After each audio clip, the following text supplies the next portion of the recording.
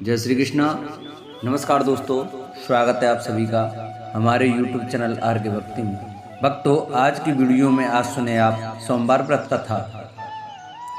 16 सोमवार व्रत का नाम आपने सुना ही होगा, जो मुख्यतः कुंवारी लड़कियां अपने विवाह की आशा से भगवान शिव के नाम पर रखती हैं।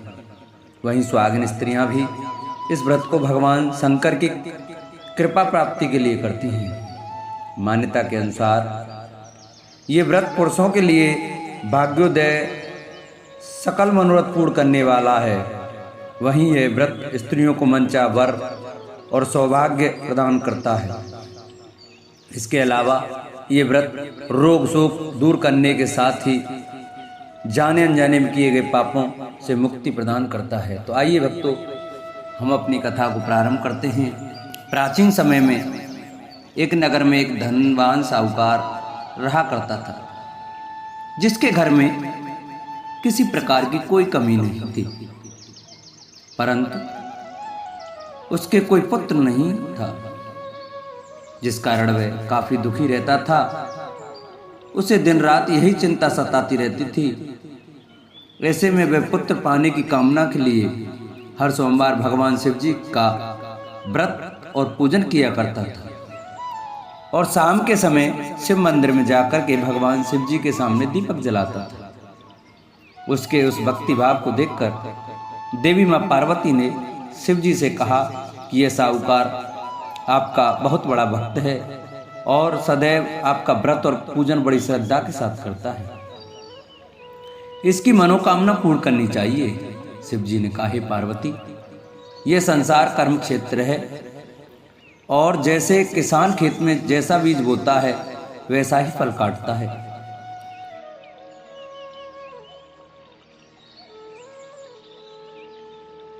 उसी तरह इस संसार में व्यक्ति जैसा कर्म करता है वैसा ही फल भोगता है।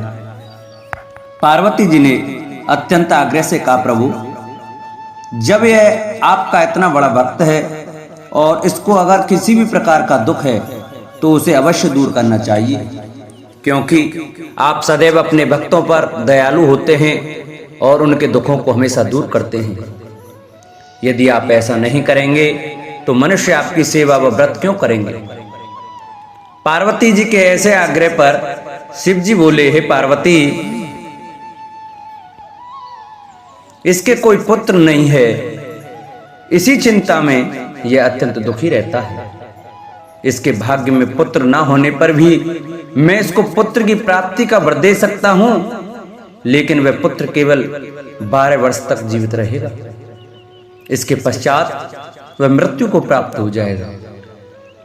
इससे अधिक तो मैं भी कुछ और इसके लिए नहीं कर सकता।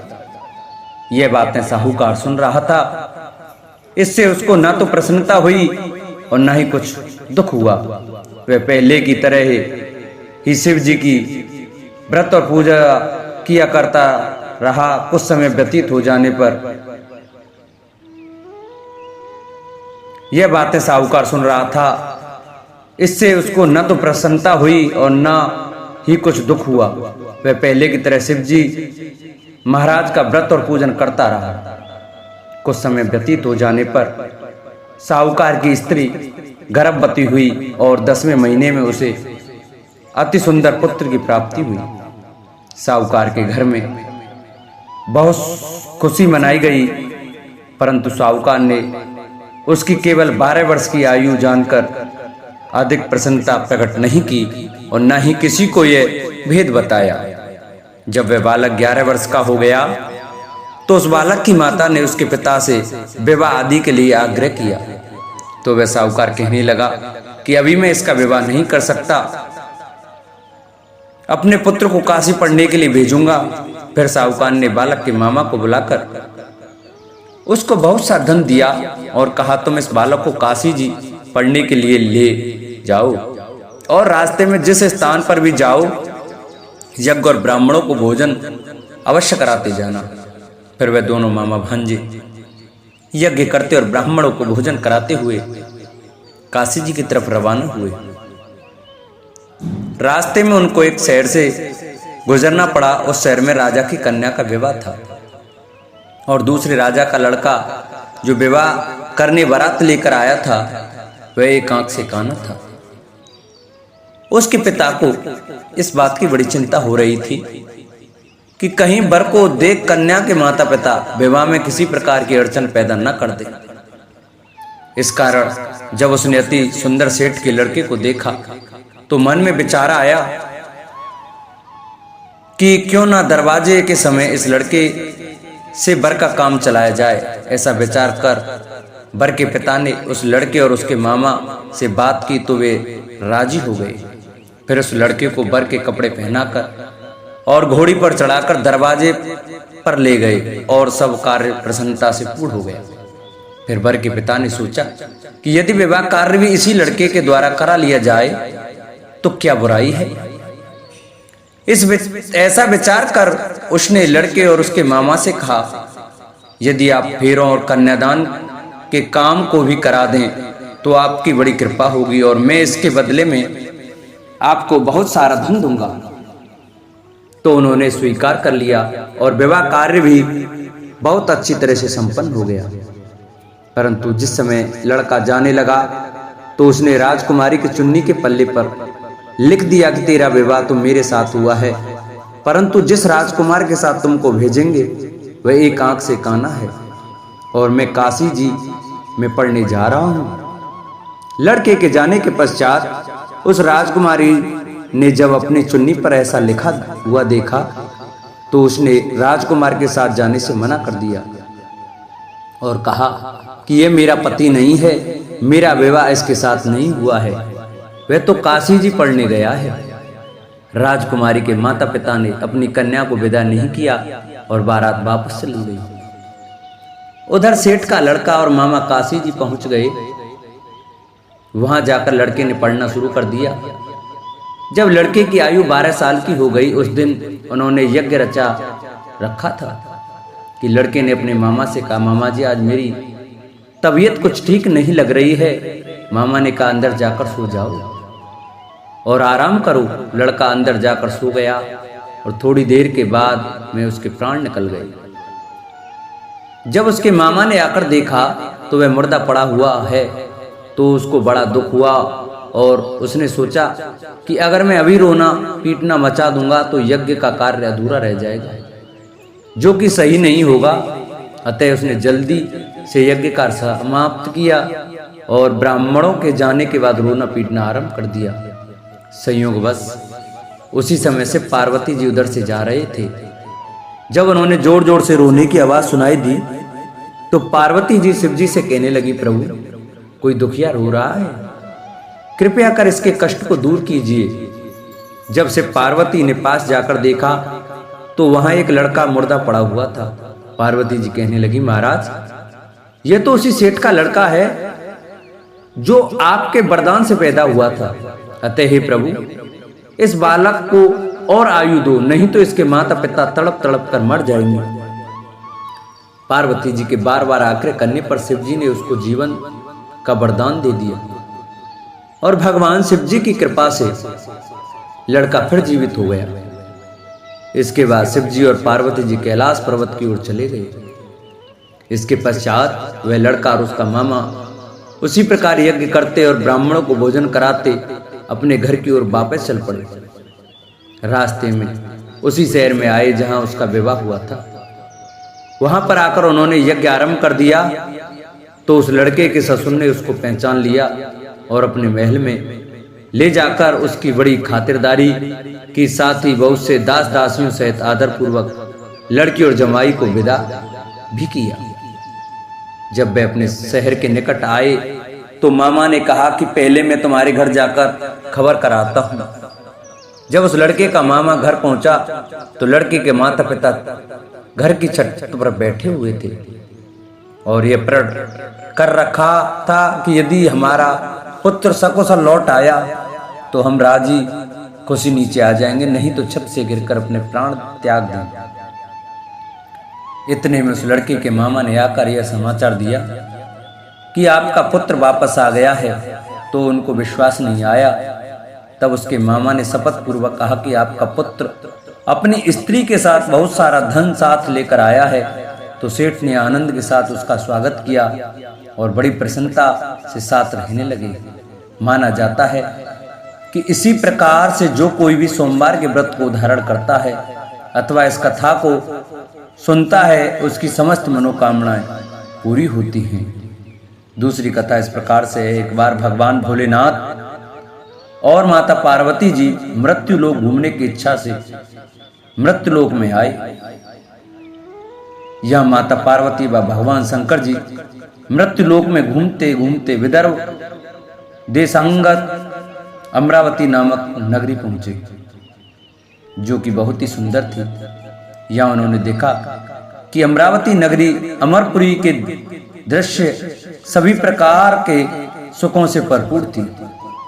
उस नगरी में राजा द्वारा बनवाया हुआ बहुत सुंदर भगवान भोलेनाथ जी का मंदिर भी था। उस मंदिर में भगवान भोलेनाथ जी और माता पार्वती निवास करने लगे। एक दिन माता पार्वती जी ने भगवान से कहा, हे प्रभु, आज तो हम और तुम दोनों चौरस पासा खेलेंगे। शंकर जी ने माता पार्वती जी की बात मान ली और चौरस खेलने लगे। उसी समय मंदिर का पुजारी ब्राह्मण मंदिर में पूजा करने के लिए आया हुआ था। माता ने ब्राह्मण को देखकर एक प्रश्न किया कि पुजारी जी बताओ कि इस बाजी में दोनों में से किसकी जीत होगी और किसकी हार होगी। ब्राह्मण ने बिना सोचे समझे कहा कि भगवान भोलेनाथ ही जीतेंगे। कुछ समय बाद बाजी समाप्त हुई और माता पार्वती जी की विजय हो गई। माता पार्वती को ब्राह्मण के झूठे बोलने पर क्रोध आया और कोढ़ी होने का श्राप दे दिया। भगवान शंकर जी के बहुत समझाने के बाद भी माता नहीं मानी और वो दोनों वहां से चले गए। कुछ समय बाद उस ब्राह्मण पुजारी को कोढ़ होने लगे और धीरे धीरे उसके शरीर के पूरे शरीर में कोढ़ हो गया। ऐसे में वह बहुत ही परेशान व दुखी रहने लगा। इस तरह कई दिन बीत गए।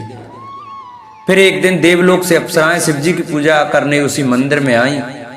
अप्सराओं ने उस पुजारी के कष्ट को देखकर बड़े दया भाव से उसके रोगी होने का कारण पूछा। तब पुजारी जी ने आप बीती सभी बातें निसंकोच होकर उन अप्सराओं को बता दी। यह सुनकर वो अप्सराएं बोली, हे ब्राह्मण, तुम दुखी मत हो, भगवान भोलेनाथ जी आपके सभी कष्टों को दूर कर देंगे, परंतु तुम्हें श्रेष्ठ 16 सोमवार के व्रत पूरे विधि विधान और भक्ति भाव से पूरे 16 व्रत करने होंगे और 17वें सोमवार के दिन पाव सेर पवित्र गेहूं के आटे की बाटी बनाएं, उसके बाद घी और गुड़ मिलाकर चूरमा बनाकर भगवान भोलेनाथ जी को प्रसाद चढ़ाना और बाकी के प्रसाद को मंदिर में उपस्थित भक्तों को बांट देना। ऐसे करने से आपकी सभी मनोकामनाएं पूरी होंगी। ऐसा कहकर अप्सराएं देवलोक चली गईं। ब्राह्मण भी यथाविधि 16 सोमवार व्रत करने लगा। ऐसे में भगवान भोलेनाथ की कृपा से धीरे धीरे ब्राह्मण पुजारी कोढ़ से मुक्त होने लगा। कुछ समय बाद भगवान शंकर जी और माता पार्वती जी फिर से उसी मंदिर में पधारे। तब माता ने इस ब्राह्मण को रोग मुक्त होने का कारण पूछा तो ब्राह्मण ने माता को 16 सोमवार के व्रत के बारे में विस्तार से बताया। ब्राह्मण की बात सुनकर माता पार्वती जी बहुत प्रसन्न हुई और पुजारी से 16 सोमवार के व्रत की विधि पूछी। उसी दिन से माता पार्वती जी भी 16 सोमवार व्रत करने लगी और लगातार 16 व्रत किया। ऐसे में उनकी मनोकामनाएं पूरी हुई। उनके रूठे पुत्र स्वामी कार्तिकेय जी स्वयं ही माता के आज्ञाकारी हो गए। फिर एक दिन कार्तिकेय को अपना विचार परिवर्तन होने का रहस्य जानने की इच्छा हुई और वे अपनी माता के पास आए और बोले कि आपने ऐसा क्या उपाय किया जिससे मेरा मन आपकी ओर आकर्षित हो गया। तब माता पार्वती जी ने उसे 16 सोमवार कथा सुनाई। तब कार्तिकेय ने अपनी माता से कहा, इस व्रत को मैं भी करूंगा क्योंकि मेरा प्रिय मित्र ब्राह्मण दुखी दिल से परदेश गया है, हमें उससे मिलने की बहुत इच्छा होती है। फिर कार्तिकेय जी ने भी 16 सोमवार के व्रत पूरे विधि विधान से किए और उनकी भी इच्छा पूर्ण हो गई। उन्हें अपना प्रिय मित्र मिल गया। तब उसके मित्र ने इस आकस्मिक मिलन का भेद कार्तिकेय जी से पूछा तो वे बोले, हे मित्र, हमने तुम्हारे मिलन की इच्छा करके 16 सोमवार के व्रत किए थे। अब तो उस ब्राह्मण मित्र हो अपने विवाह की बड़ी इच्छा हुई और वह भी 16 सोमवार व्रत पूरे विधि विधान से करने लगा। एक दिन वह किसी काम से विदेश गया और वहां के राजा ने अपनी पुत्री का स्वयंवर रखा था। उस राजा ने राजकुमारी के विवाह के लिए यह शर्त रखी थी कि जिस राजकुमार के गले में सब प्रकार रेड़ गारित हथनी माला डाल देगी, मैं उसी के साथ अपनी बेटी का विवाह करूंगा। भगवान शिव जी की कृपा से ब्राह्मण भी उस स्वयंवर को देखने के लिए एक और बैठा हुआ था। उसी समय हथनी वहां पर आई और उस ब्राह्मण के गले में जयमाला डाल दी। इस तरह राजा की प्रतिज्ञा के अनुसार बड़ी धूमधाम के साथ अपनी पुत्री का विवाह उस ब्राह्मण के साथ पूरे विधि विधान से कर दिया और उसे बहुत सारा धन देकर सम्मान पूर्वक संतुष्ट किया और वो दोनों सुख पूर्वक रहने लगे। एक दिन उस राजकुमारी ने अपने पति से पूछा कि हे प्राणनाथ, आपने ऐसा कौन सा पुण्य किया है जो हथनी ने सभी राजकुमारों को छोड़कर आपके गले में जयमाला डाली। तब ब्राह्मण बोला, हे प्राण प्रिय, मैं अपने मित्र कार्तिकेय जी के कथानुसार 16 सोमवार का व्रत किया था, जिसके प्रभाव से मुझे तुम जैसी रूपवान पत्नी मिली। इस व्रत की महिमा सुनकर राजकन्या को बड़ा आश्चर्य हुआ और वह भी पुत्र कामना के लिए 16 सोमवार व्रत करने लगी और भगवान भोलेनाथ से पुत्र कामना की प्राप्ति करने लगी। शिव जी की कृपा से कुछ समय के बाद उसके गर्भ से एक अति सुंदर, सुशील, धर्मात्मा और विद्वान पुत्र हुआ। वह ब्राह्मण और पत्नी दोनों उस पुत्र को पाकर बहुत ही प्रसन्न हुए और उसका लालन पालन भली प्रकार से करने लगे। जब वह लड़का बड़ा हुआ और समझदार हुआ तो एक दिन अपनी माता से प्रश्न किया कि माता, आपने ऐसा कौन सा पुण्य किया जो आपको मेरे जैसा पुत्र प्राप्त हुआ। पुत्र की बात सुनकर उस राजकुमारी ने अपने द्वारा किए गए 16 सोमवार व्रत की कथा और पूरे नियमों के बारे में उसे बताया। उस लड़के ने इस व्रत को सब तरह से मनोरथ पूर्ण करने वाला सुनकर उसके मन में राज्याधिकार की पाने की इच्छा की। उस लड़के ने उसी दिन भगवान शिव जी को प्रसन्न करने के लिए 16 सोमवार के व्रत पूरे नियमों से करने लगा। एक दिन दूसरे देश के राजा के दूत ने आकर उसको उनकी राजकुमारी के लिए चुना और उसे अपने साथ ले आए और राजा ने अपनी राजकुमारी के विवाह उसके साथ कर दिया।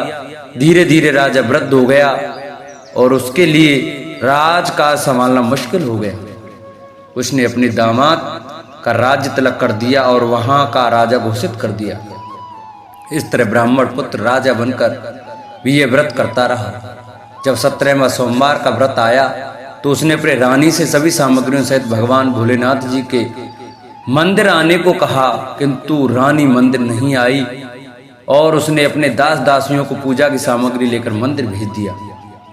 राजा ने पूरे विधि विधान से भगवान शिव जी की पूजा करी।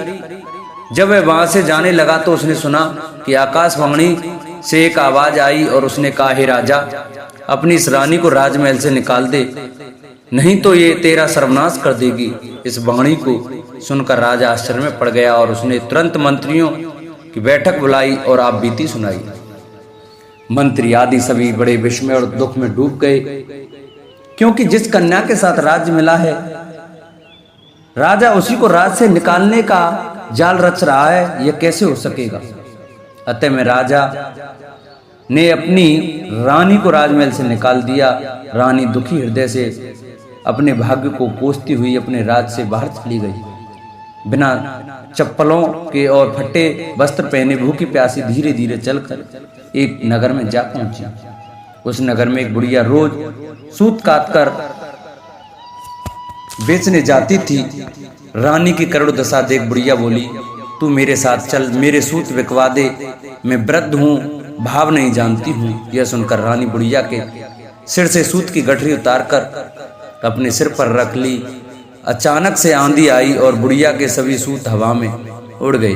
बेचारी बुढ़िया बहुत पछताई और रानी से कहा कि दूर रहना मेरे से।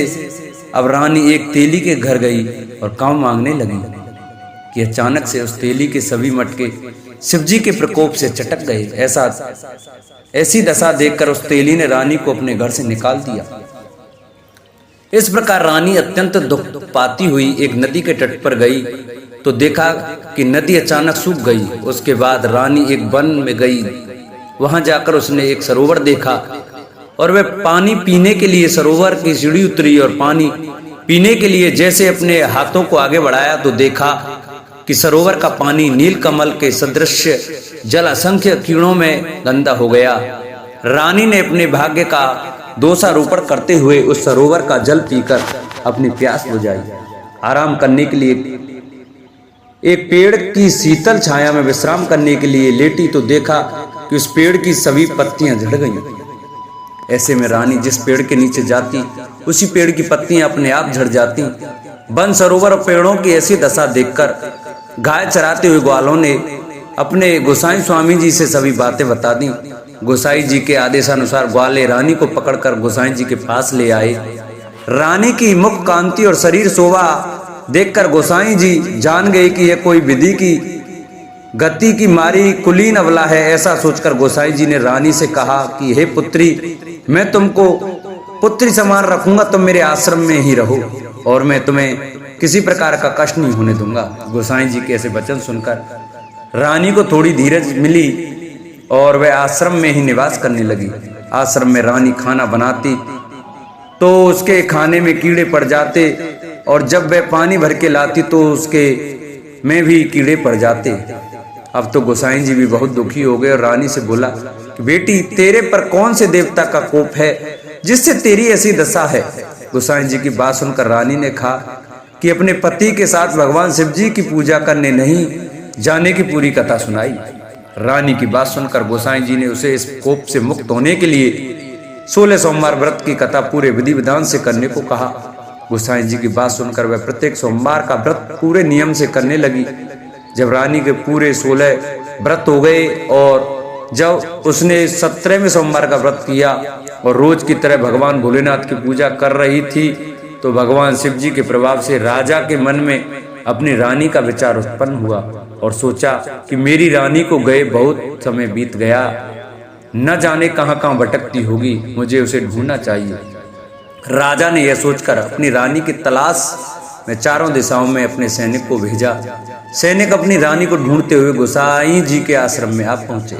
सैनिक अपनी रानी को वहां पाकर पुजारी जी से अपनी रानी को साथ भेजने के लिए कहा, किंतु गोसाई जी ने मना कर दिया और सैनिक चुपचाप लौट गए। राजा को सभी बातें बताई। तब राजा स्वयं रानी को लेने गोसाई जी के आश्रम आए और पुजारी जी से प्रार्थना करते हुए बोले, महाराज, जो देवी आपके आश्रम में रहती है वो मेरी पत्नी है। शिव जी के कोप में से मैंने इसे त्याग दिया था। अब इस पर से भगवान शिव जी का कोप शांत हो गया है, इसलिए मैं इसे लेने के लिए आया हूँ। आपकी आज्ञा हो तो मैं इसे ले जा सकता हूँ।